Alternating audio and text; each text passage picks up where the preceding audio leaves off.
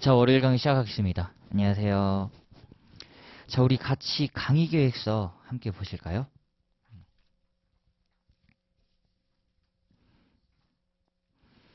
자, 법행 대비 민법 강의고요. 자, 목표를 보시면 시험제도 개편이죠. 어찌 보면 이제 객관식을 준비할 수 있는 마지막. 그래서 이제 2차가 확실하게 더 중요해진 시점이 계속 이제 앞으로도 올 것이고, 그다음에 이제 시험제도가 바뀌면 가족법이 이제 추가되기 때문에 지금부터 미리 준비 필요성이 있어서 교재를 김준호 교수님 저에서 이제 좀 바꿨습니다. 워낙 시간이 강의가 많이 걸려가지고요. 보강을 거의 한 4, 5회 정도 하거든요. 그래서 보강도 줄이고 공부 시간을 좀 확보할 겸 교재를 바꿨고요. 자, 그 다음에 양갈로 1번 보시면 그럼에도 불구하고 수험 적합성에 따른 내용의 강약 조절하겠습니다. 자, 그리고 2차까지도 같이 준비하기 때문에 양갈로 2번 있죠. 사례형까지 대비되는 강의입니다. 그래서 교재가 하나 추가돼요. 기출사례 민법 요 교재가 하나 추가되고 이게 이제 지난주까지 이제 당장 2차를 보셔야 되는 분들이랑 함께 했고요. 그리고 교재 수정 자료가 있어요. 제가 단면으로 인쇄를 부탁드렸거든요. 그래서 단면으로 인쇄 부탁을 드렸기 때문에 오늘 집에 가시면은 이 페이지 찾으셔가지고 수정 미리 해두시는 것도 좋을 것 같습니다. 자, 그러면서 이런 데에서 시험이 나오는구나. 목차 같은 것도 한번 봐두시는 게 상당히 중요해요. 그래야지 내가 어느 부분에서 공부를 좀 집중적으로 해야 되는지를 알 수 있다라는 겁니다. 자, 그리고 뒷장 넘겨보시면 진도가 나오는데 총 36회입니다. 36회. 이게 가능한 이유가 지금 박부승수 변호사님 교재로 바꿨기 때문에 가능한 경우거든요. 그래서 첫날은 오리엔트는 좀 하고 그 다음에 교재로 한번 들어가 보려고 해요. 자, 그래서 어깨 한번 가볍게 이제 푸시고 자, 지금 저와 함께 민법을 공부합니다. 이건 필기 안 하셔도 돼요. 그냥 이제 법 체계를 좀 잡고 법 체계를 잡고 교재를 보는데 그럼에도 불구하고 용어가 필요한 거 있어요. 이런 부분들은 제가 중간중간 정리를 해드리겠습니다. 그래서 법 체계 먼저 잡고 그 다음에 필요한 용어들은 제가 부분적으로 정리를 해드리겠다. 그래서 우리 수험생분들은 지금 우리가 공부하는 법 체계가 이거구나 라고 생각하시면 됩니다. 자, 우리는 국내법 들어오고요. 국내법. 그리고 국제법은 이건 이제 헌법 시간에 우리 수험생분들이 공부를 하게 되세요. 국제법이라든지 조약과 관련된 내용을 헌법에서 공부하고 자, 그리고 국내법에 들어와서는 교재에도 있습니다. 공적 관계를 규율하는 공법 영역이 있습니다. 그리고 지금 우리네 관계죠. 너와 나 사이 사적 관계를 규율한다. 바로 사법이죠. 사법. 그래서 우리는 지금 사법 체계로 들어오고 여기에 헌법 그리고 행정법 저랑 공부하려고 하는 건 또 하나 민사소송법이 있죠. 자, 그리고 이 사법에서는 바로 민법을 공부합니다. 그래서 얘를 실체가 있는 법이라고 해서 실체법이라고 하고요. 이 민법에서 분쟁이 발생하면 이 분쟁을 해결하는 제도 하나가 필요하다. 그래서 얘를 절차법이라고 합니다. 자, 그러면 우리는 민법이랑 민사소송법 두 가지를 공부하는데 결국은 민법과 민사소송법이 뗄래야 뗄 수 없다라는 거예요. 이게 우리가 2차에서 필요한 이유이기도 하죠. 그래서 교재가 여기에 관한 내용을 서술하면서 이게 분쟁에 나왔을 때 각각 민법이 민사소송법에서 어떻게 규율되는가 그 부분도 함께 서술이 되어 있습니다. 그래서 상당히 공부하기 처음엔 힘들지만 그래도 한번 해두면 내용 정리라든지 두 가지 법률에 대한 유기적인 이해가 가능할 거라고 봐요. 자, 그리고 우리가 여기서 계속 보게 되는 단어죠. 얘입니다. 자, 이 법이라고 하는 건 결국 약속이죠. 약속. 구속력을 주겠다라는 겁니다. 바로 누구? 우리 일반 국민이죠. 지금 교재에 있는 내용 중에 장소적 범위는 국내다. 그리고 인적 범위는 누구니? 우리 국민들입니다. 자, 그럼 보세요. 약속이란 걸 할 때 우리 수험생분들이 물론 구두로 약속하는 경우도 있습니다. 근데 카톡이라든지 아니면 주거니 받거니 문자라든지 이런 걸 하잖아요. 얘네들도 마찬가지예요. 야, 우리가 지금 말만 약속을 하고 구속력을 주면 안 되지 않겠니? 이걸 뭔가 체계적으로 하나 만들어야 되지 않겠어? 그래서 그걸 만들었다. 문헌으로 완성시켰다고 해서 우리는 성문법 국가라는 겁니다. 이걸 우리가 평소에 얘기하는 조문, 이렇게 기억하시면 돼요. 규정. 자, 그리고 보세요. 이걸로 우리는 구속력을 주겠다. 이걸로 규율, 의율하겠다. 이런 단어를 쓰죠. 자, 그래서 단어 보세요. 규율이라고 하는 거예요. 이 의율이 적용하겠다라는 의미입니다. 앞으로 보는 계속 용어들이 등장할 건데 그냥 가볍게 적용시키는구나, 조문으로 규율하겠구나, 의율하겠구나 라고 생각하시면 될 것 같아요. 자, 근데 이 성문법에 대해서 분명히 문헌에 있단 말이에요. 문헌에 있음에도 불구하고 여기에 대해서 의견 다툼이 나옵니다. 그러니까 명확하고 정확하게 내용을 규정해 놨다면 아마 의견 다툼은 안 나올 건데 입법자들도 법조문을 만들 때 이것까지는 생각을 못했던 거예요. 아니면 예상 다 하고 만들었음에도 불구하고 그럼에도 불구하고 나온다라는 거죠. 그럼 여기에 대해서 다툼이 있고 서로의 의견을 피력할 겁니다. 자, 그럴 때 우리는 그걸 학설 내지는 견해라고 해요. 학계의 정설이다 이런 얘기 들어보셨을 겁니다. 마찬가지예요. 다만 우리 민법에서는 이거는 그냥 공부를 하진 않고요. 이해를 높이기 위한 수단에 불과합니다. 그러니까 이건 정확하게 공부를 하는 게 아니라 아하 요런 의견 다툼이 있구나, 이런 다양한 견해들이 존재하는구나, 바로 이해도를 높이는 차원에서 수단에 불과하고 최종적인 목표는 그 다툼에 대해서 결국 누군가는 최종적인 정답을 내려줘야 돼요.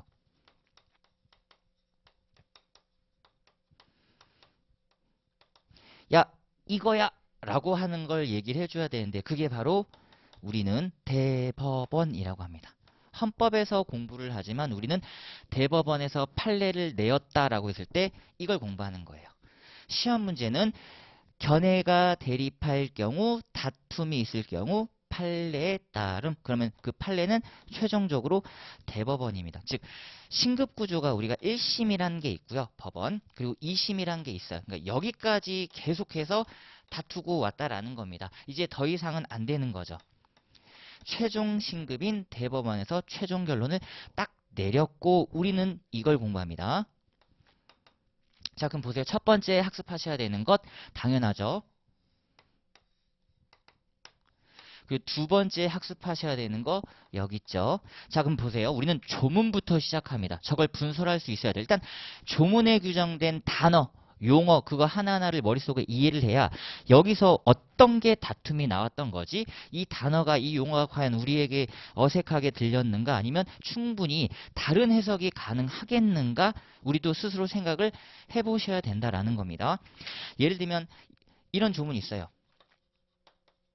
생각 한번 해보세요. 사람. 법조문에 이 두 글자를 봤다라는 겁니다.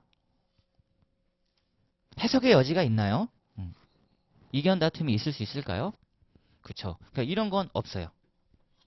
이런 건 없어요. 근데 이건 나오죠. 언제부터 사람이에요? 그러니까 이건 고민거리가 된다라는 거죠. 언제부터 사람이냐? 태아에 있을 때부터냐, 일부 노출했을 때냐, 진통이냐, 전부 노출했을 때냐. 그리고 마찬가지로 그러면 언제 죽는가?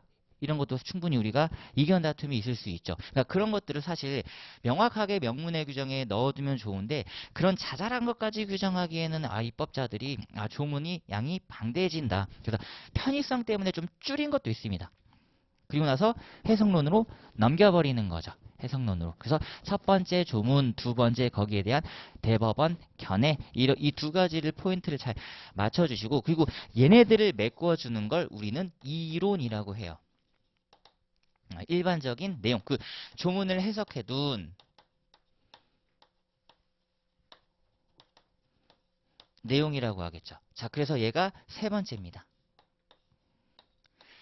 예를 들면요, 개념. 그쵸. 어떤 제도적 장치를 만들었는데 개념. 대표적인 게 의라고 하는 것, 개념이라고 하는 것. 그리고 이런 제도가 왜 만들어졌을까라고 하는 취지, 이유, 목적, 동기, 여러 가지 연유 이런 내용들이 있을 수 있겠죠.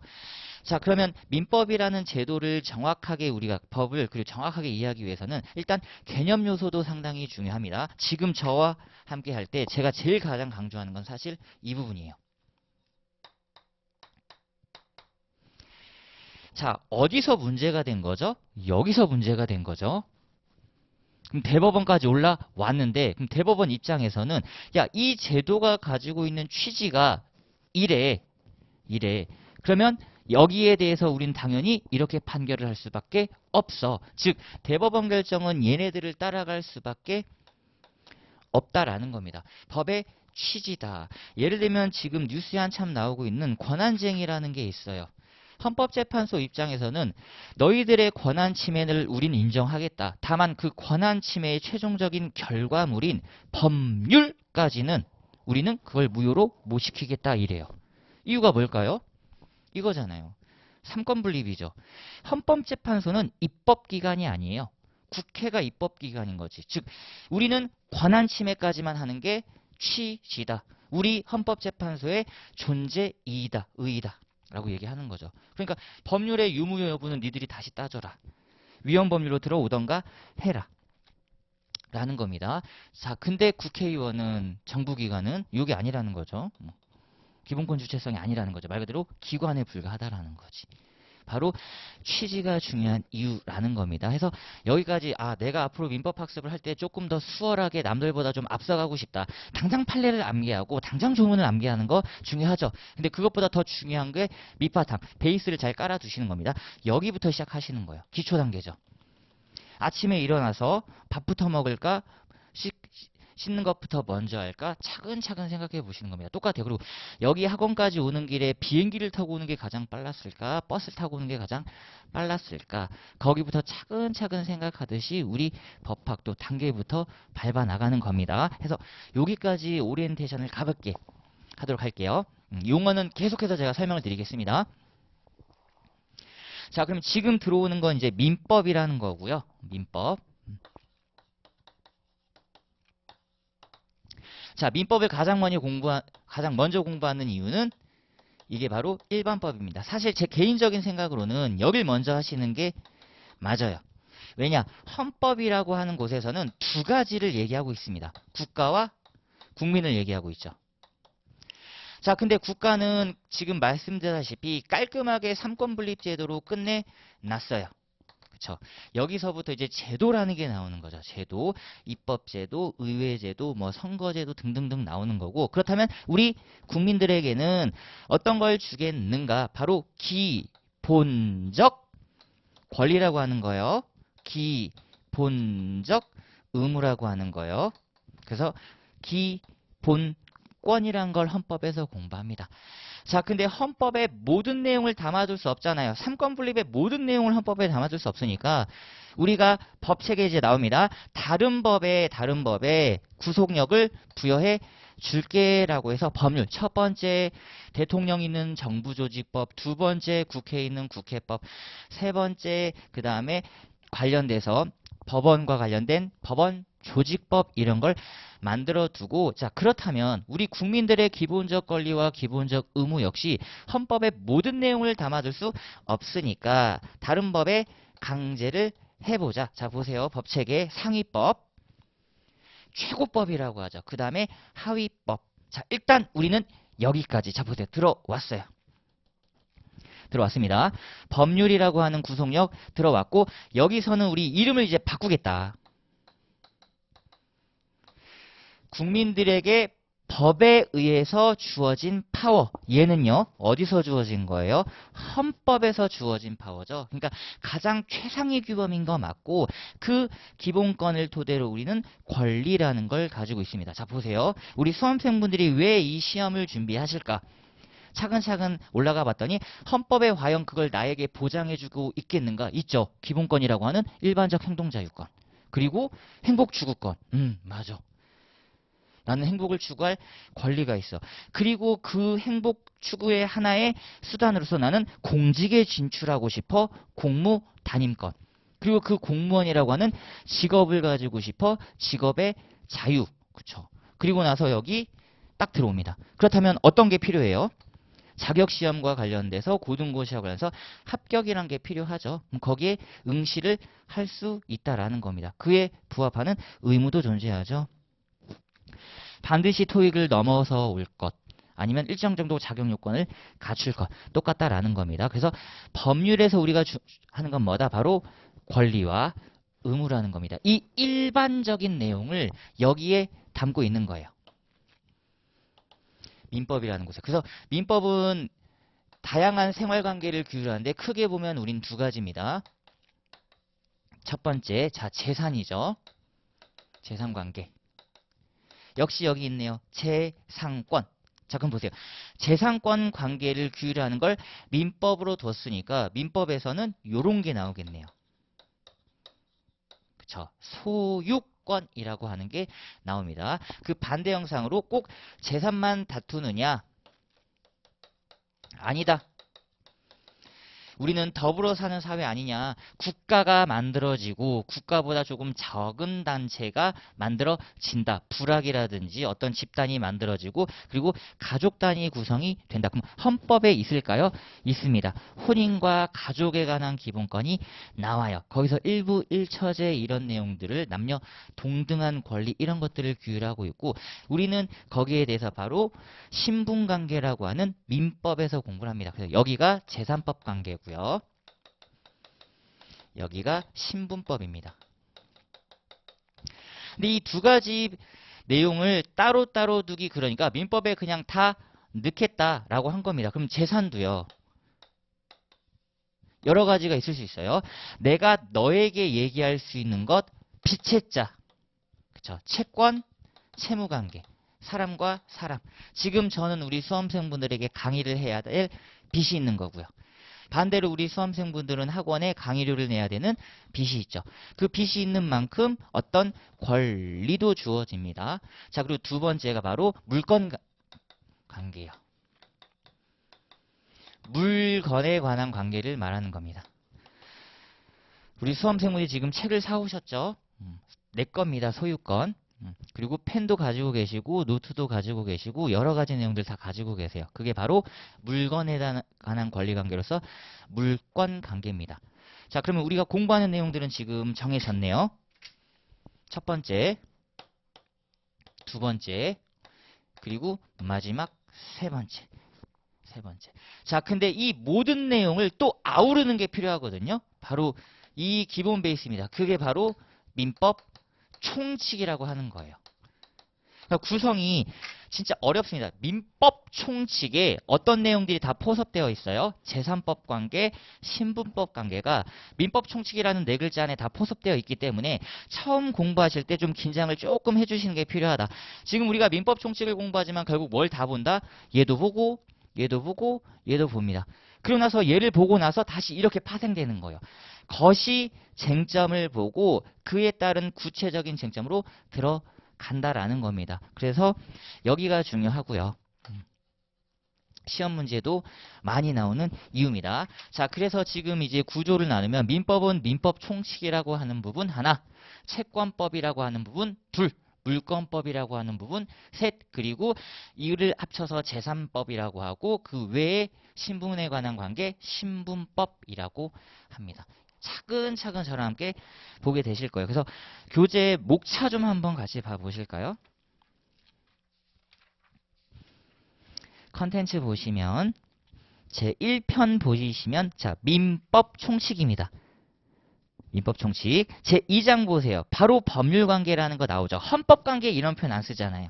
그렇죠? 헌법은 다른 데서 이제 공부를 하시는 거고 뒤에 봤더니 권리랑 의무가 나옵니다. 자, 그러면 이 권리 의무를 누리는 자가 누굴까? 밑에 제3장 권리의 주체입니다. 주체. 자, 그리고 넘겨보시면 제4장에 권리 객체 나오죠. 이게 물건이에요. 물권법에서 다시 한번 필요한 거죠. 자, 그리고 제5장이 권리의 변동. 이 변동이란 말은 권리를 어떻게 취득하는가의 문제입니다. 우리 수험생분들은 지금 앉아있을 수 있는 권리를 어떻게 취득하셨죠? 합격의 법학원과 교육 계약을 체결하셨죠? 아, 계약이구나. 그걸 제2절 법률 행위입니다. 자, 보세요. 이제 법률이란 말을 우리가 좀 더 풀 수 있어요. 법에 의해서 규율. 이런 단어로 바꿔 읽을 수 있다라는 거죠. 법에 의하여 의율되는 행위. 그쵸. 사실 다 법률 행위입니다. 우리가 살아가면서 지금 걸어가면서 계속 다 법률 행위인 거예요. 법률 행위 아닌 게 거의 없다라는 겁니다. 친구들끼리 하는 건 법률 행위가 아닐 수도 있어요. 근데 같이 밥 먹자. 법률 행위입니다. 돈 누가 낼 거야? 근데 내가 살게. 과연 그걸 어떻게 규율할 것이냐. 즉 법에 의해서 규율되는 행위를 통해서 권리가 나오고 의무가 나온다라는 겁니다. 자, 그리고 넘겨보실게요. 큰 덩어리 봅니다. 제6장의 소멸이죠. 소멸. 뒤에 시오라는 단어 보세요. 시가 어떤 시이냐? 시간할 때 시입니다. 시간의 효력이 소멸된대요. 이렇게 가시는 거죠. 읽을 때. 그래서 한문이 사실 정말 한문을 알게 되면은 용어는 금방 해결이 되는데 지금은 그게 없어졌으니까. 저는 중학교 1학년 때부터 한문 과목이 있었거든요. 그래서 웬만한 건 그리고 그때 대학교 1학년 때는 모든 교재가 다 한문이었어요. 지금 목차 이렇게 보면 다 한문이었습니다. 막 조사의 이런 것 빼고 싹 다 한문이었거든요. 그래서 그런 거 조금 한번 생각해 보세요. 아, 시간의 효력이 뒤에 앞에 소멸되는구나. 자, 그리고 오른쪽에 제 2편 보시면 채권총론 나오죠. 채권총론. 바로 이 민법에서 이제 채권법 관계만 톡 떼겠다라는 겁니다. 자, 그럼 제 2장의 목적 보시면 우리 수험생분들이 채권행위라는 걸 해요. 법률행위 중에 채권행위라는 걸 하는데 바로 채권이라는 권리를 발생시킬 목적이죠. 어떤 권리가 있을까? 제 2절의 특정물. 그리고 제 4절 보세요. 금전. 요게 중요하죠. 돈. 우리 법은 다 돈과 관련된 문제입니다. 그리고 지금 제 5절의 이자 채권.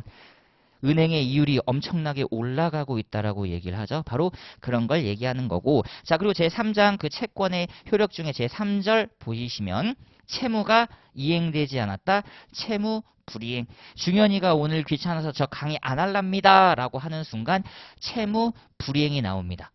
배째라는 거죠. 자, 다음 넘어가 보실게요. 자, 그리고 제 4장입니다. 채권을 넘겼대요. 양도. 이양한다.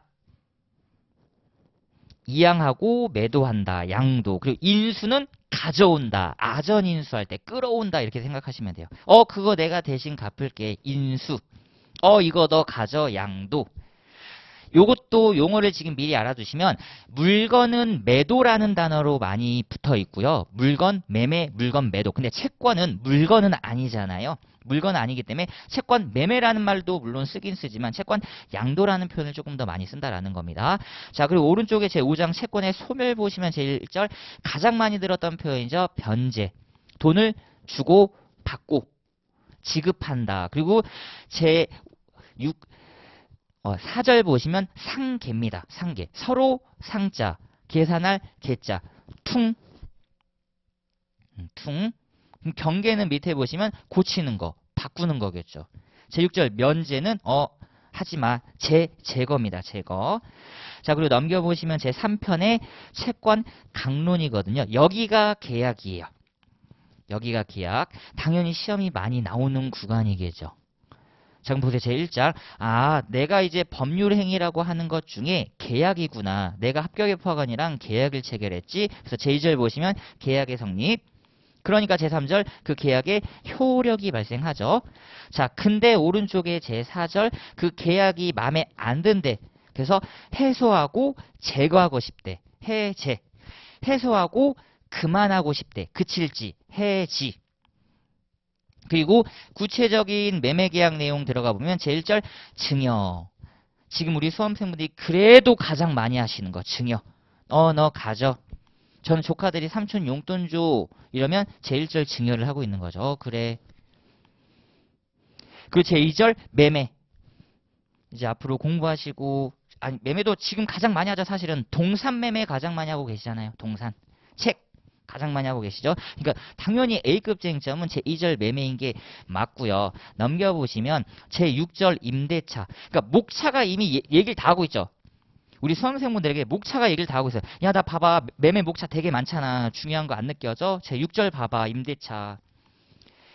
우리나라에서 가장 많이 일어나는 거잖아요. 전세보다 훨씬 더 많죠. 바로 보세요. 물건이라고 하는 재화의 한정입니다. 토지 적죠? 그러니까 건물은 더 적을 거예요. 그러니까 소유권자, 단독 소유권자들이 엄청나게 많은 건물을 가지고 있으니까 그 건물을 살 수 없는 우리의 사람들은 이걸 빌릴 수밖에 없지. 그리고 나머지 보시면 목차가 그닥 많지 않죠? 그리고 제3장 법정 채권 관계라고 하는 거, 법률에 의해서 규율되는 것. 제3절 보세요. 불법행위. 그쵸. 가장 많죠. 불법행위. 그러니까 목차를 한번 보시라는 이유는 요게 중요하구나라는 거고요. 그 다음 넘겨보시면 제4편 지금 목차 보고 있습니다. 자, 물건법 보시면 얘도 목차 똑같죠. 제2장 보세요. 물건 변동. 제2절 보시면 법률 행위. 법률 행위. 그리고 오른쪽 제3장 기본물건 보시면 제1절 점유권. 지금 우리 수험생분들이 앉아 계시다. 점유. 점유. 점. 왜 점이라는 표현을 쓰냐면 위에서 보면 누군가가 앉아 있는 것 같잖아요. 점 찍었듯이. 그래서 점유입니다. 점유. 점용, 사용할 수 있다. 그리고 제2절 가장 중요한 거죠. 소유권. 소유권. 소유권이 뭐냐고 물어보면 소유할 수 있는 권리. 맞는 말입니다. 소유할 수 있는 권리. 맞는 말이에요. 자, 그리고 넘겨보시면 제4절. 우리는 소유권을 취득하셔야 됩니다. 제4장 용익 물건입니다. 사용할 수 있는 물건. 지상권, 땅지자, 윗상자, 땅 위를 사용할 수 있는 권리. 그리고 오른쪽 보시면 제5장 담보물건. 제 위에 보시면 제3절 전세권 보이시죠? 우리나라에만 있는 특이한 제도. 임대가 아닌 전세. 근데 사실상 우리나라에서 전세는 그렇게 많이 일어나지 않고요. 지금 막 뉴스에 나오는 전세값이 지금 폭락했다. 역전세가 일어나고 있다. 그쵸? 그리고 지금 투자하기 위해서 들어가는데 큰일 났다. 그럴 때는 대부분 전세가 아니라 앞에 임대차입니다. 임대차. 자, 그리고 제5장 담보물건 보시면 제2절 유치권. 뉴스에서 많이 들어보셨을 거예요. 유치권이란 말은 치자가 둘치자입니다. 둘치자. 내 옆에 두겠다. 내 옆에 두겠다라는 건 안 주겠다라는 거잖아요. 그쵸?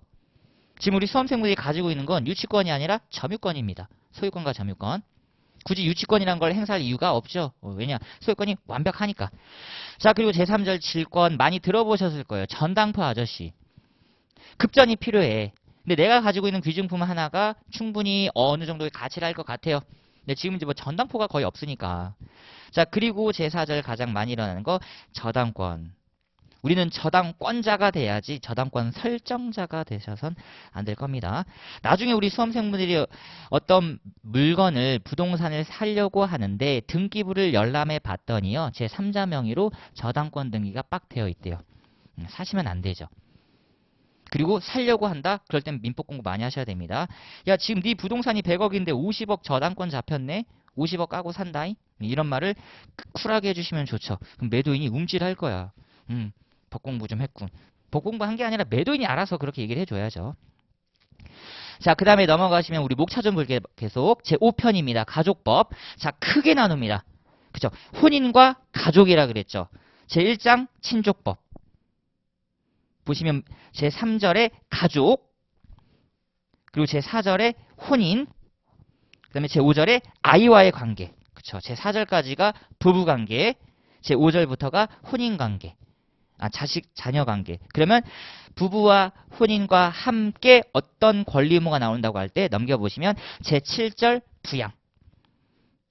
다 중요한 것들이죠. 그리고 그 가족들끼리 혹시라도 누구 일방이 돌아가셔서 물려줘야 되는 재산이 있을 때 제2장 상속법입니다. 얘는 재산법이란 말이에요. 얘는 순수 재산이에요. 순수 재산.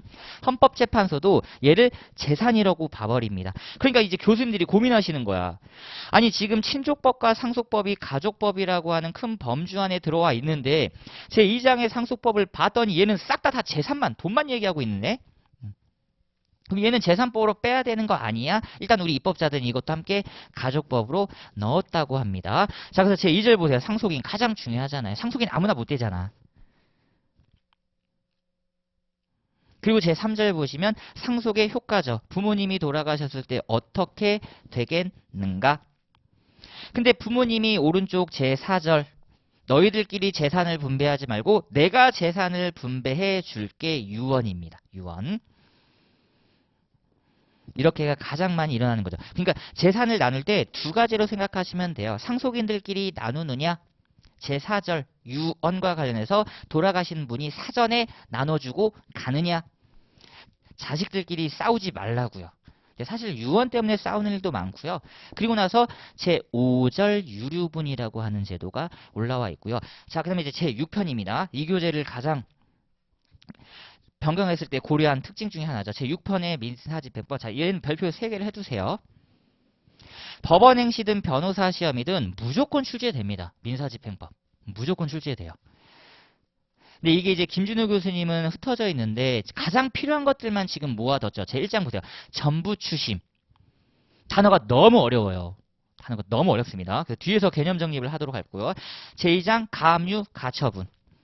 개념이 좀 어렵습니다. 그러니까 이것도 개념 정립을 차근차근 해둬야 우리가 풀 수 있다. 문제를 읽을 수 있습니다. 그러니까 지금 우리가 공부를 하는 첫 번째 목표는요. 저는 이렇게 생각해요. 우리는 문제를 읽을 수 있어야 됩니다.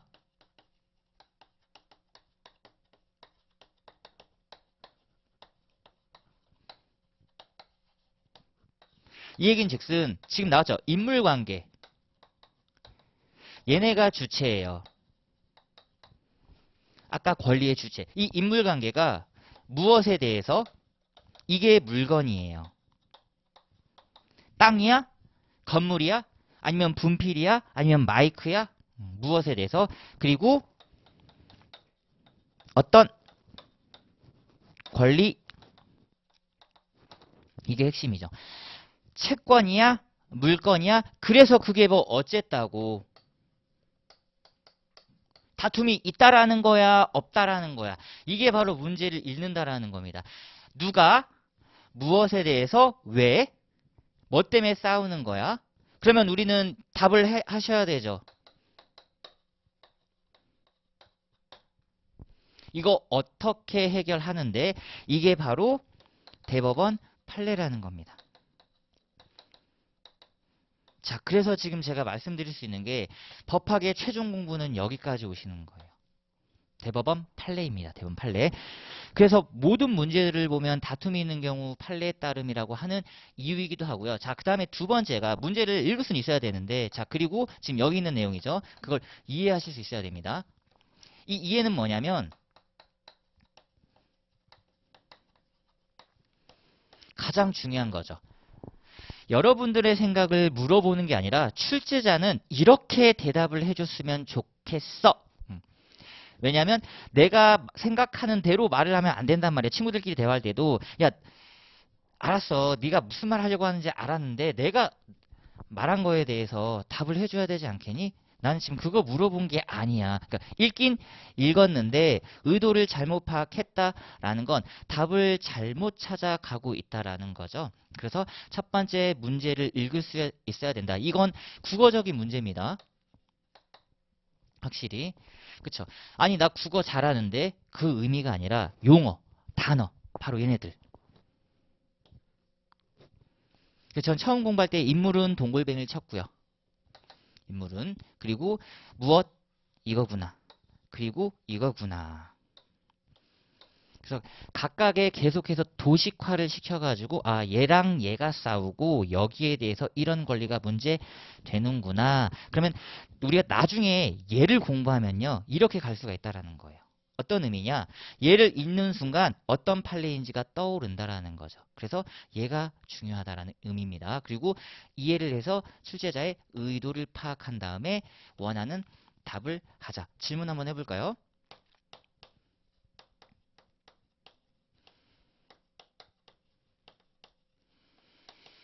10초 동안 한번 고민만 해봅시다. 제 와이프가 어느 날 저에게 오빠 나 오늘 어때? 자 여기서 생각 한번 해보세요. 지금 제가 상당히 심플하게 던졌거든요. 첫 번째 고민. 얘는 뭔데 나를 오빠라고 부르지? 우리 수험생분들이 저를 오빠라고 부를 수 있을까요? 없죠.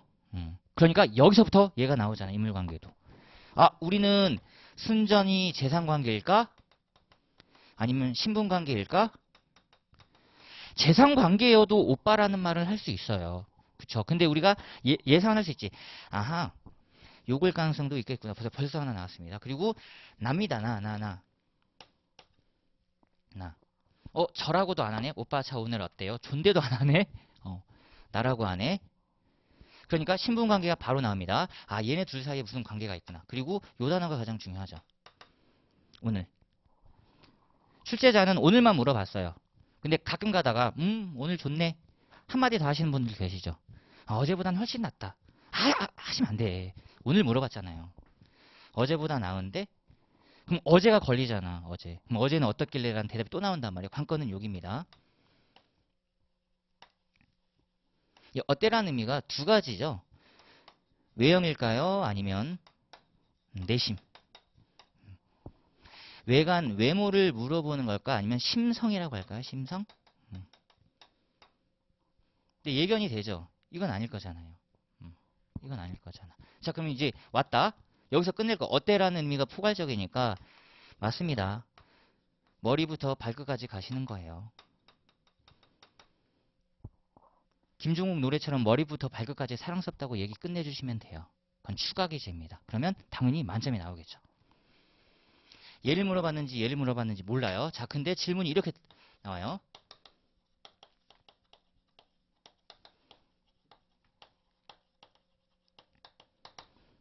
질문이 확실히 다르죠. 여기까지는 해결됐다 치고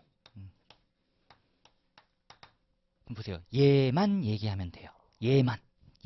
그러면 생각이 또 달라지죠. 여기서는 툭툭툭 머리 좋아, 위에 옷 좋네, 바지 좋네. 근데 여기까지 얘기를 하면 이제 헤어 유형을 파악해 주시면 되죠.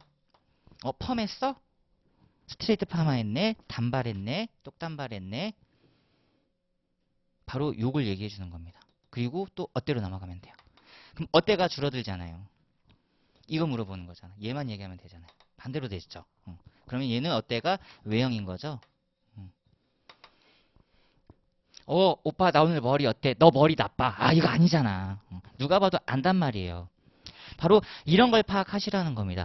그래서 질문에 가장 효율적인 답을 하는 능력을 우리 수험생분들이 배양을 하셔야 돼요. 그러려면 알고 있는 게 확실해야 되잖아요.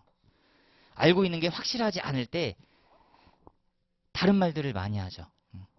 막 당황하고. 그래서 다시 한번 첫 번째 문제를 읽을 수 있어야 되고 출제자의 의도를 파악하기 위해서는 결국 두 가지를 공부할 건데 조문이랑 판례를 공부할 건데 판례를 최종적인 학습이라고 생각해 주시면 되겠습니다. 자, 여기까지 이제 간단한 얘기들을 마치고 자, 우리 민법 총칙으로 제1편 들어가 보도록 할게요. 자, 다음 페이지를 넘겨보시면 파트 1이 1 민법 총칙입니다.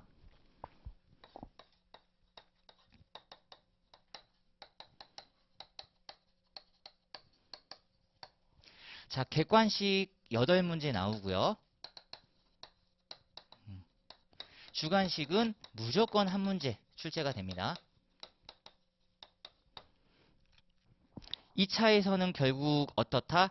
다른 법을 가기 위한 통과점이구나. 자, 그리고 제1절 민법의 의의입니다. 보세요. 항상 개념부터 시작하잖아요.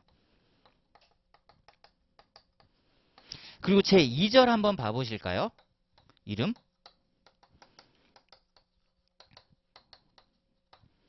얘는 알잖아요. 개념 요소라는 거잖아. 데스티니, 정의를 말하는 거죠. 근데 운명. 그리고 제2절에서 법원. 어때요? 요 개념 요소를 먼저 파악하셔야 됩니다. 법의 근원이에요. 근원. 연원. 뿌리를 말하는 거죠.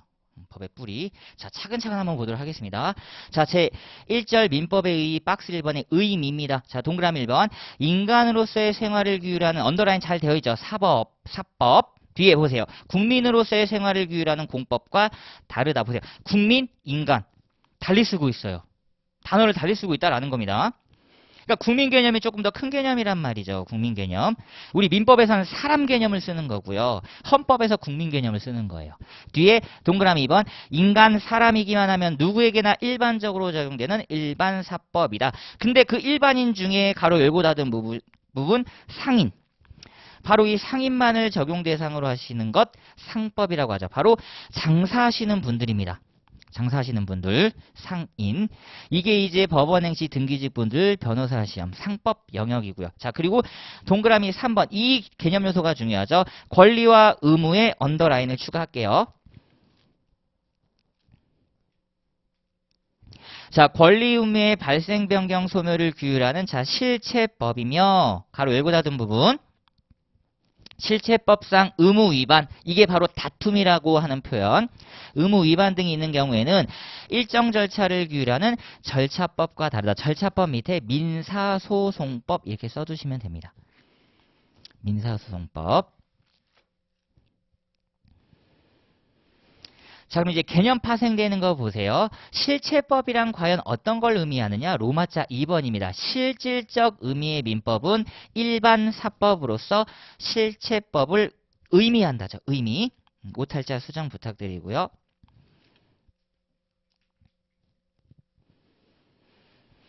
자, 그럼 결론 나왔는데 우리는 실체법이라는 실질적 의미의 민법을 공부한다.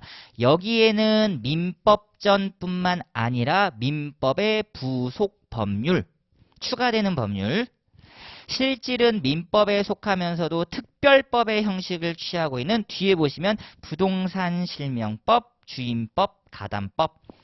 어쨌든 법이라는 말은 쓰고 있지만 이름이 민법은 아니라는 거예요. 다시 법률이지만 이름이 민법은 아니라는 겁니다. 이걸 다 합쳐서 우리는 뭐다? 실질적 의미의 민법이라고 하고요. 자, 지금 언더라인 되어 있습니다. 민법 제1조가 법원이거든요. 민법 제1조는 실질적 의미의 민법에 관해 범위와 적용 순위를 정하고 있다. 자, 그리고 이제 로마자 3번 제목이 할 일 다 했습니다. 형식적 의미의 민법이라고 하는 건 바로 민법전이에요. 자, 그러면 두 가지인 거죠. 여기서의 민법은 결국 이겁니다. 우리는 지금 예죠. 민법전. 형식. 그리고 형식은 민법은 아니지만 그쵸. 내용이 민법을 담고 있는 것.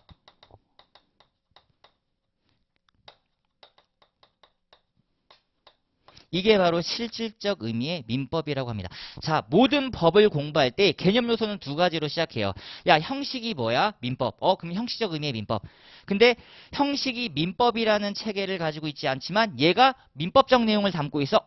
그러면 얘는 실질적 의미의 민법이라고 할게. 자, 우리 그럼 헌법을 한번 다시 생각해 볼까요? 헌법은요. 형식적 의미의 헌법, 헌법전. 그리고 실질적 의미의 헌법은요. 헌법이라는 얘기는 하고 있지 않지만 삼권 분립 내용을 담고 있는 국회법, 정부조직법, 공직선거법, 실질적 의미의 헌법이라고 하는 겁니다.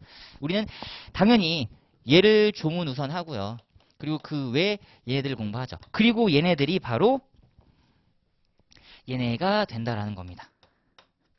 제2절 민법의 법원이 된다라는 것. 즉 근거. 그리고 다시 한번 언더라인 되어 있는 부분 볼까요?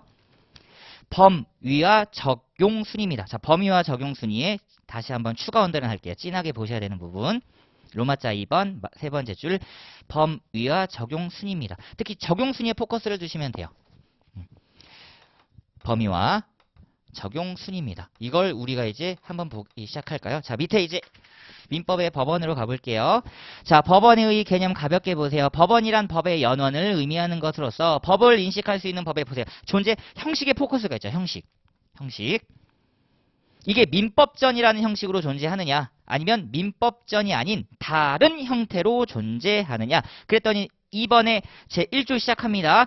민사에 관하여 끊고 법률의 규정이 없으면 끊고 관습법에 의하고 끊고 관습법이 없으면 조리에 의한다. 자, 이제 조문 해석하는 방법 우리 예를 통해서 한번 스탠다드로 공부해 보겠습니다. 1조에 이렇게 되어 있고요. 그리고 법률이라고 되어 있고요.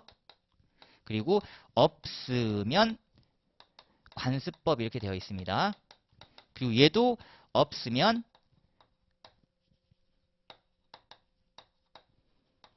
자, 조리에 따당 의한다. 자, 이 말은 제가 먼저 알려드렸습니다. 이게 바로 규율한다, 적용한다. 이 얘기인 거예요. 그럼 얘는 순서죠. 없으면. 아, 이게 순서네. 그리고 이게 범위잖아요. 법률, 관습법, 조리 이게 범위잖아요. 그럼 이제 얘부터 시작하면 되죠. 민사란 과연 뭔데? 지금 설명 다 했잖아요. 사람의 사회생활 관계.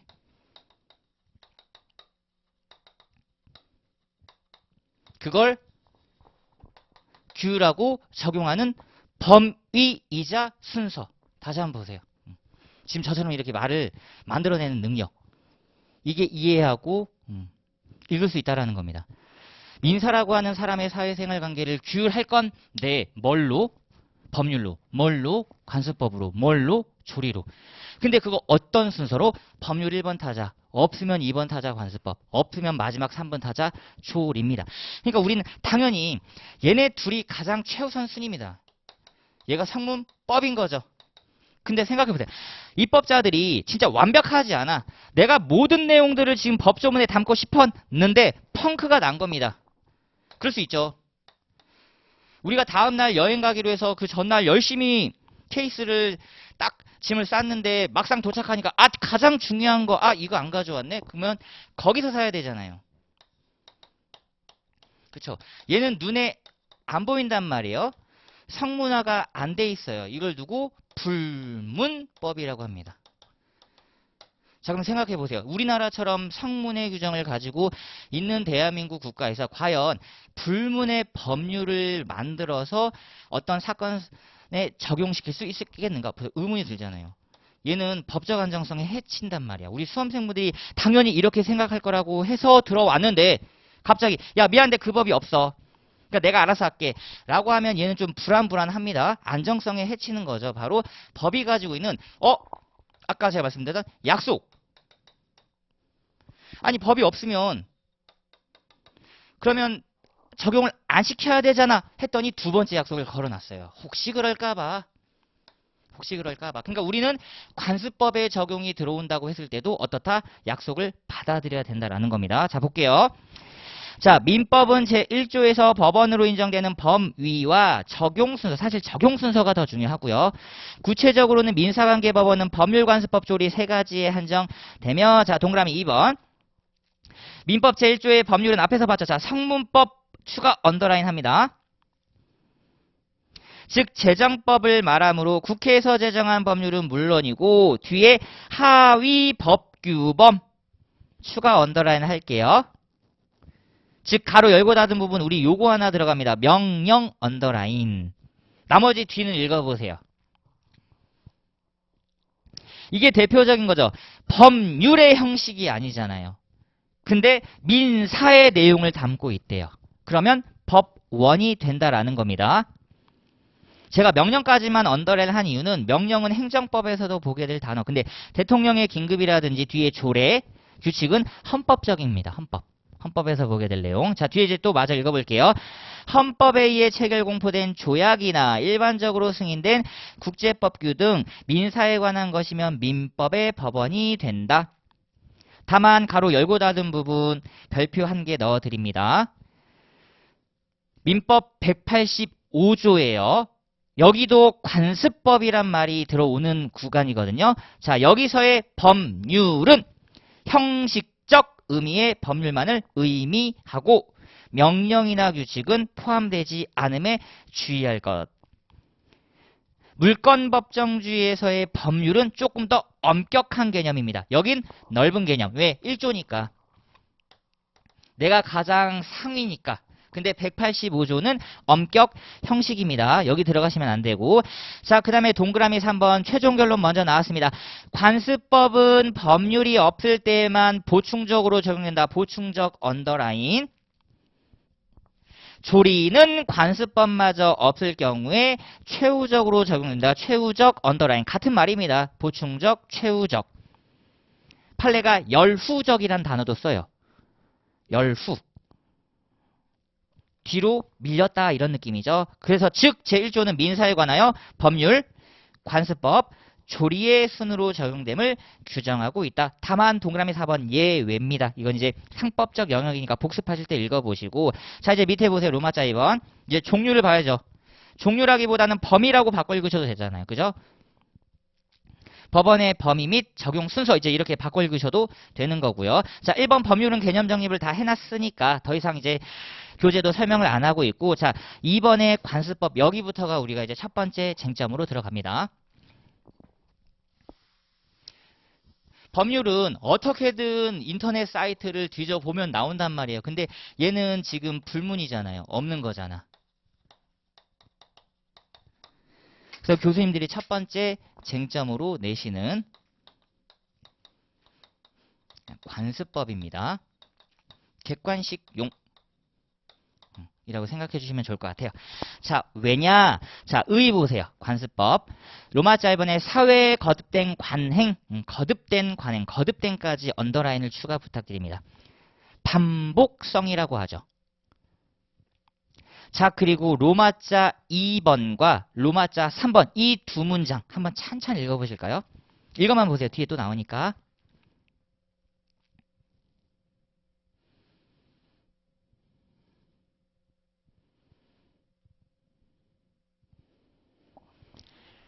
자, 그래서 완벽한 문장으로 우리 이제 나번 봅시다. 별표 1개 부탁드릴게요. 나번.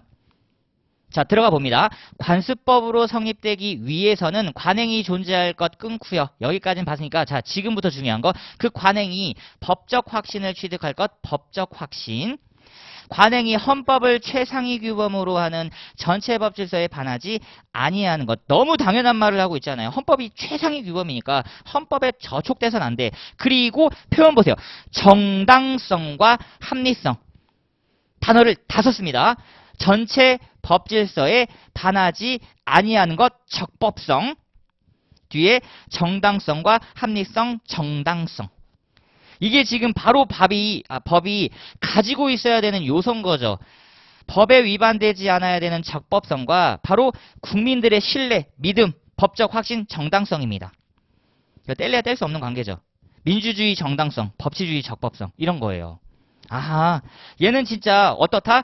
입법자들이 직접 만든 법이 아니기 때문에 당연히 법에 저촉되지 않아야 되는 건 맞는데 그 관습법이 국민들에게 타당하게 적용되려면 나름의 법감 정도 필요하다. 그게 바로 정당성과 합리성이라고 얘기를 했다라는 겁니다. 그래서 이 문장은 기억 잘 해주시고, 자, 그리고 동그라미 4번 성립 시기는 관행에 대한 법적 확신이 있을 때 관습법이 성립하지만 뒤에 보세요. 법원 판결에 의해서 비로소 그 존재가 확인될 뿐이다. 그럼 법원의 역할은 뭐예요?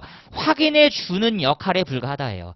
법원이 만드는 게 아니라는 겁니다. 이미 법은 국민들이 만드는 거예요. 주권자인 국민들이 만드는 거야. 그럼 우리 대법원은 뭐다? 판결을 통해서 아, 관습법이네 라고 확인입니다. 확인의 언더라인 부탁드릴게요. 법원의 역할은 뭐다? 확인이다잉. 그러니까 이거는 진짜 건 바이 건이라는 겁니다. 알 수가 없어요. 자, 보세요. 누군가가 다툼이 들어왔어요. 그래서 이분들이 지금 소송에 들어온 거죠. 분쟁 절차 들어왔습니다. 그래서 지금 법원께서 얘네들 간의 다툼을 의율하려고 봤더니 어라, 법률이 없네? 법률이 없대요. 있으면 이거 가면 되니까. 그래서 관습법이 혹시 있는가 따져 봤더니 있답니다. 그러니까 이런 게 나중에 시험에 나온다 그러면 보세요. 법원이 판결할 때 관습법이 성립한다? 땡이죠. 법원은 관습법을 확인하는 거고요. 사실 잘 모르겠어요. 법원이 언제쯤 관습법이 있었는지는 모르겠지만 어쨌든 이쪽으로 소급을 하겠죠. 그래서 얘네들한테 적용을 시키겠죠. 요 그림 한번 봐주실까요? 자, 갑과 을이 다퉜다. 분쟁 절차에서 지금 법원으로 들어왔는데 법률이 없다. 법률이 없다. 여기서는 사법부의 법원입니다. 사법. 사법. 그래서 법률 없다. 관습법이 있는지 확인해 봤더니 있다더라. 근데 지금 이 관습법이 얘네들 얘기를 얼핏 들어보니까 옛날부터 있었네. 그때부터 있었네. 그래서 관습법은 진짜 거의 우리 민법 시작과 함께 존재한다고 보시면 됩니다. 66년 이후에 지금까지 관습법이었다. 그래서 깨지는 걸 잘 봐주시면 좋을 것 같아요. 자, 그래서 밑에 보시면 이제 답원입니다. 자, 보세요. 우리 법이 지금 명문의 규정이 없음에도 불구하고 대법원이 인정해 준 겁니다. 자, 동그라미 1번 인정이라고 되어 있죠. 교재 특징. 인정입니다. 지금 이거 통용되고 있다라는 거예요. 판례위에서 관습법으로 인정되고 있는 건 자, 분묘기지권 네모, 관습법상 법정지상권 네모, 두 가지가 핵심, 분묘. 그쵸. 딱 느껴지잖아요. 법감정. 옛날에 땅이 없었어. 부모님은 돌아가셨어. 남의 땅에 몰래 묻어두고 가. 그래서 어느 정도 이제 먹고 사니까 다시 우리 부모님 묘 찾으러 왔어. 30년 뒤에. 그랬을 경우에 이제 문제되는 거 분묘기지권. 그리고 뒤에 명인방법, 자, 명의 신탁 네모입니다. 뒤에서 공부하는 것. 그리고 로마자 5번 동산양도담보, 로마자 6번 사실혼 네모입니다. 그러니까 보세요. 우리 민법이라는 법이 만들어진 이후에야 혼인신고제도가 만들어진 거지. 그 전에는 뭐 혼인신고 이런 거 있었나요? 없었죠. 같이 살았죠. 자, 근데 동그라미 2번입니다. 부정되는 거. 온천에 관한 권리 이런 거 없대요. X. 얘는 소유권으로 규율되는 거지 온천권이라는 별도 물건은 없다라는 겁니다. 밑에 소유권으로 규율. 로마자 1번 관습법상 사도통행권 뭐냐면 일반인들이 남의 땅을 멋대로 밟고 지나갈 수 있는 것. 역시 이것도 부정이에요. 소유권 내용으로 규율해야죠. 왜 너 내 땅 멋대로 밟어? 나 사도통행권 이런 거 있거든. 그럼 저는 아무 땅이나 막 밟고 지나갈래요. 인정되면. 그리고 로마자 3번 별표 둘입니다. 한번 천천히 읽어보세요.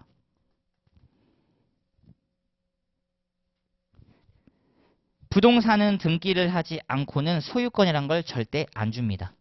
자, 그러면 이건 지금 나왔으니까 고민 한번 해볼게요. 여기서 이제 문제되는 게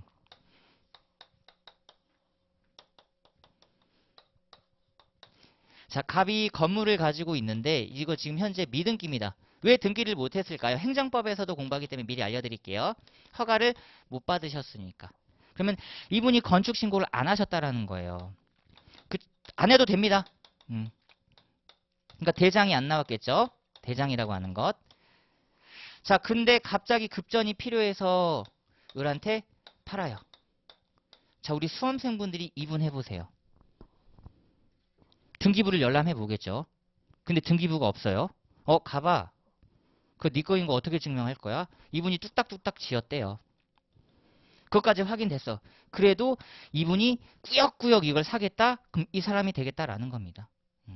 미등기 무허 건물 매수인이 되겠다라는 거예요.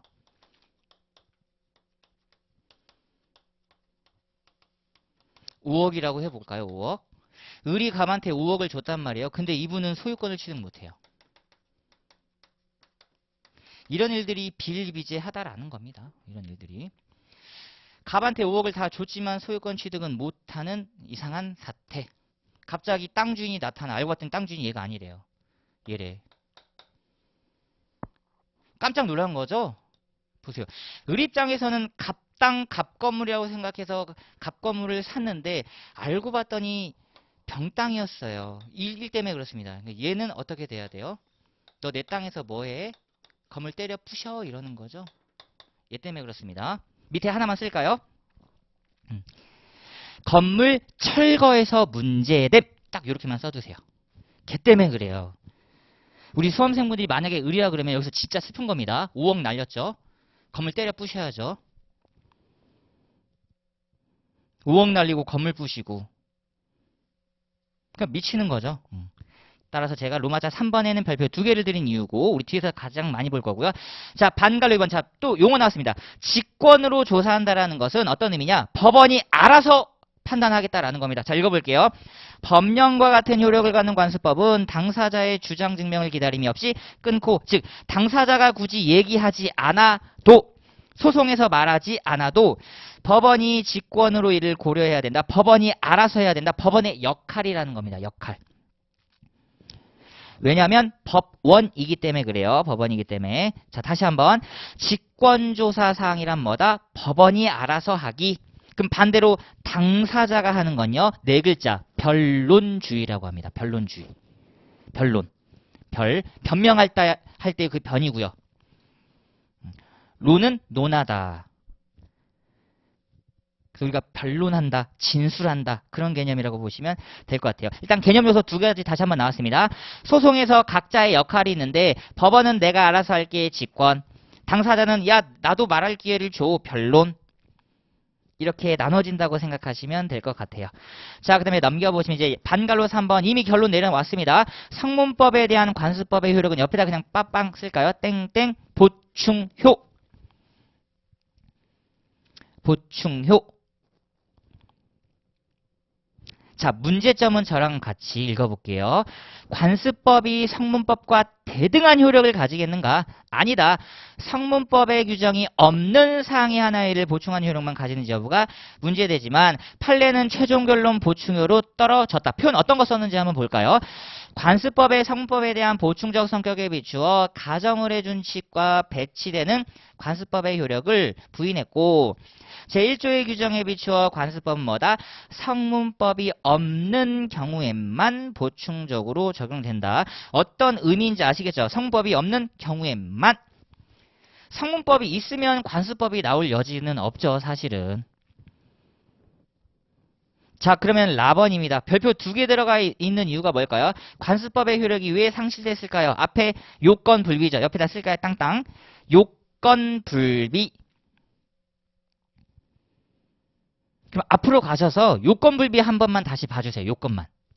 앞으로 가셔가지고.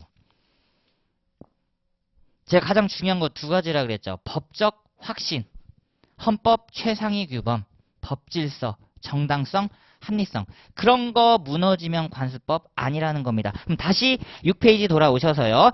그쵸. 자, 동그라미 1번 볼게요. 사유. 로마자 1번 법적 확신이 약화되거나 소멸되어 끊고 얘는 크게 문제 안 되는데 로마자 2번이죠. 바로 헌법상 양성평등 원칙 언더라인입니다. 이제는 얘예요. 얘.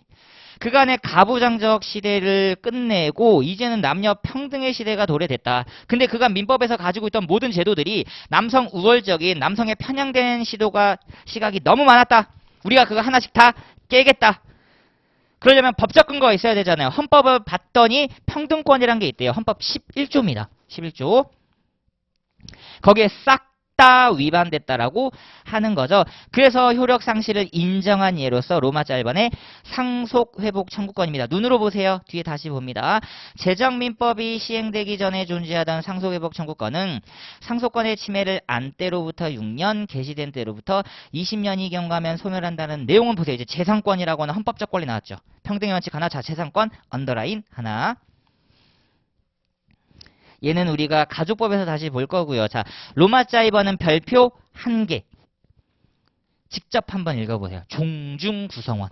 진짜 성년 남자들이 돈 다 가져갔습니다.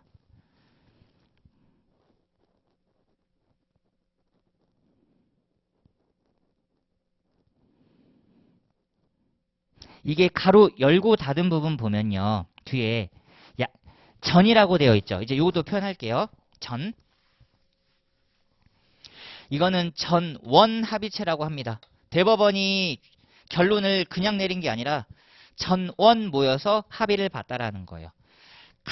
가장 강한 규범으로 만들어 두겠다라는 겁니다. 대법관님들 입장에서 야 요거는 이제 우리가 본격적으로 나설 때가 됐다. 이제는 안 된다. 성년 남자만으로 제한하는 종래관습법은 이제는 헌법 11조 위반이어서 더 이상 우리 민법적으로는 효력을 가질 수 없도록 하겠다. 그러니까 당연히 깨져야 되는 거 로마자 3번 별표 1개 직접 읽어보세요. 제사주제자. 장자승계였잖아요. 이것도 용납이 안 되지 그러면.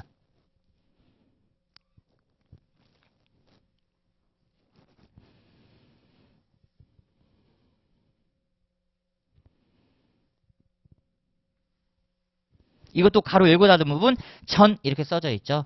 다 깨버린 겁니다. 다 깨버린 것. 그럼 옆에다가 쓸까요? 이제는 협의우선 이렇게만 써두세요. 협의우선. 협의우선.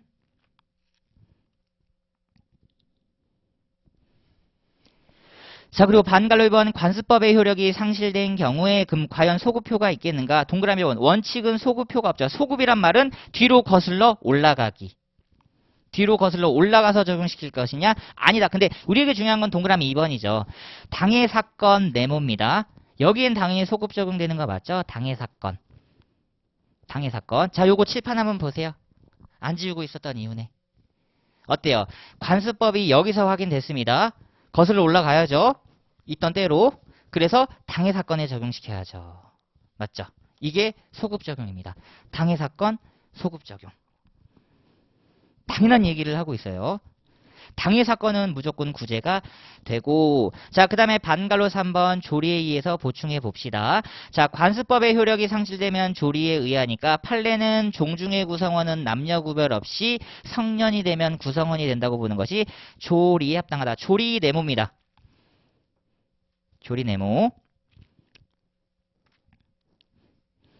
조리예요. 그걸 우리 오른쪽 바에서 제가 다시 한번 정리를 해드리겠습니다. 자, 그리고 우리 마번은 사실인 관습이라고 해서 관습법이랑 유사한 개념을 쓰거든요. 반갈로 이번 판례 입장 보시면 관습법은 법원입니다. 사실인 관습은 뒤에 보시면 법률행위 해석 기준에 그친다고 해서 밑에다 그냥 써버리세요. 법원이 아니에요. 법원 아니야. 법원 아니야. 그냥 관행 정도라고 생각하시면 됩니다. 관행. 그건 법원이 아닙니다. 법적 확신이 없다라는 거죠.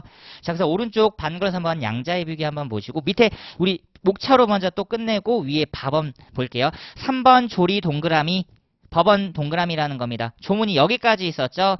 4번 판례 법원성 X 판례는 변경이 가능하기 때문에 X 5번 헌법재판소의 결정은 동그라미 헌법재판소 헌법재판소가 위헌 결정을 내리면 관습법적 효력이 사라지잖아요. 그쵸? 자, 그리고 이제 위에 법원 봅시다. 관련 판례 연구.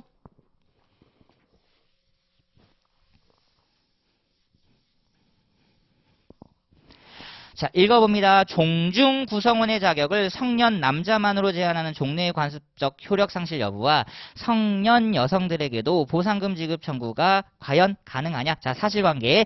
A 종중은 성년 남자 종중원 100인에게만 수용보상금 200만 원을 각 분배란 말이야. 엄청나게 많이 떨어진 거죠?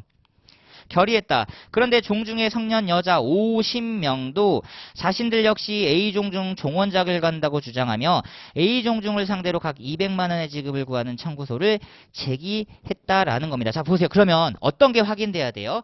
여성도 종원 이미 확인되어서 종전 200만 원 분배 결의가 잘못되었다고 결론이 나와야 되겠죠. 잘못된 결의다 라는 얘기가 나와야 됩니다. 자, 그럼 여기부터 바로 대답을 해준 거예요. 맞지? 여성도 종원임이 확인돼야 되니까 첫 번째, 야, 그러면 그간 남자 한정은 이제는 더 이상 관습법이 아니라는 겁니다. 자, 그럼 보세요.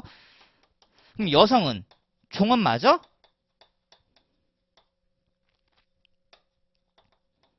똑같이 가볼까요? 법에 없죠. 법률 아무리 뜯어봐도 여성도 종원입니다라고 하는 법률이 없어요. 자, 그리고 여기가 조심. 야, 그러면 관습법이니? 아니지. 관습법으로 존재하던 건 얘가 존재하고 있었지. 얘가. 그러니까 기존의 관습법도 없어. 그러니까 보세요. 보충 마지막으로 오잖아요. 그러면 야, 이거 조리라고 하자. 조리는 경험칙입니다. 이제 단어 옆에 써줄까요? 조리가 뭔데? 경험칙. 쌓인 거죠. 쌓인 거. 아직 관습법까지는 못 갔지만 누가 봐도 경험칙으로 알 수 있는 것. 그쵸. 헌법 평등권이 생기면서 우리는 그냥 알 수 있다. 자, 확인 한번 해볼게요. 자, 1번 봤던 내용입니다. 관습법의 효력 상실 여부. 두 번째 줄 보시면 법적 확신은 상당히 약화되었고 특히 가장 중요한 로마자 2번에 헌법상 양성평등 원칙에 반하여 헌법을 최상위 규범으로 하는 우리의 전체법 질서에 부합하지 않게 되었다. 그러니까 당연히 정당성 합리성이 당연히 날아가죠. 국민의 법감정에도 위반이야. 근데 3번 조리에 의하여 보충이 가능하겠는가? 왜냐?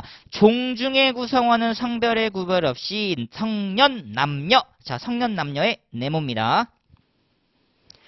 구성원이 된다고 보는 것이 조리에 합당하다. 조리 네모입니다. 자, 그러면 이분들이 바로 돈 달라고 할 수 있겠는가? 그건 또 별개 문제인 거예요. 4번. 종중재산은 총유이며 뒤에서 공부합니다. 토지 수용 보상금 분배는 처분행위이기 때문에 보세요. 종중총회 결의를 거쳐야만 하고 밑에 이런 분배 결의가 없으면 종원이 종중에 대하여 직접 분배 청구할 수 없다. 따라서 성년 여성의 종원은 종중총회 결의도 거치지 아니한 채 종중을 상대로 분배금의 지급을 구할 수는 없다. 이 얘기는 뭐예요? 받을 수 있긴 있다라는 거죠. 다시 칠판으로 와볼까요? 여성 종원임이 확인됐죠? 따라서 종전 200만 원 분배 결의는 잘못된 결의 맞죠? 여기서 바로 우리한테 돈 내놔 라고 하지 말고 미안한데 새로운 결의 거쳐서 너희들한테도 줄게.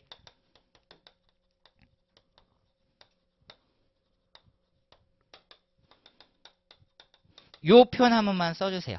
새로운 분배 결의 거쳐서 보상금 분배받을 수 있다. 요 한 문장만 추가해 주시면 됩니다. 아예 돈을 못 받는다라는 말이 아니라요. 새로운 분배 결의를 거쳐서 보상금 분배받을 수 있는데 결의 없이 바로 돈 달라고 할 수는 없다라는 거예요. 어쨌든 여기까지 왔다라는 게 대단한 거죠. 그리고 여기 이렇게 두 가지가 필요한 겁니다. 두 개가 필요해요. 돈을 다시 받으려면. 첫 번째, 여성도 종원임이 확인돼야 되고요. 두 번째, 새로운 분배 결의를 거쳐야 된다. 이 두 가지가 확인돼야 돈을 받으실 수 있다. 자, 그리고 다시 한번 제가 성년, 남녀라 그랬습니다. 밑에 미성년자는 X예요. 미성년자. 미성년자는 X. 기억해 주시고 잠깐 쉬었다가 다음 8페이지부터 다시 한번 또 나가도록 하겠습니다.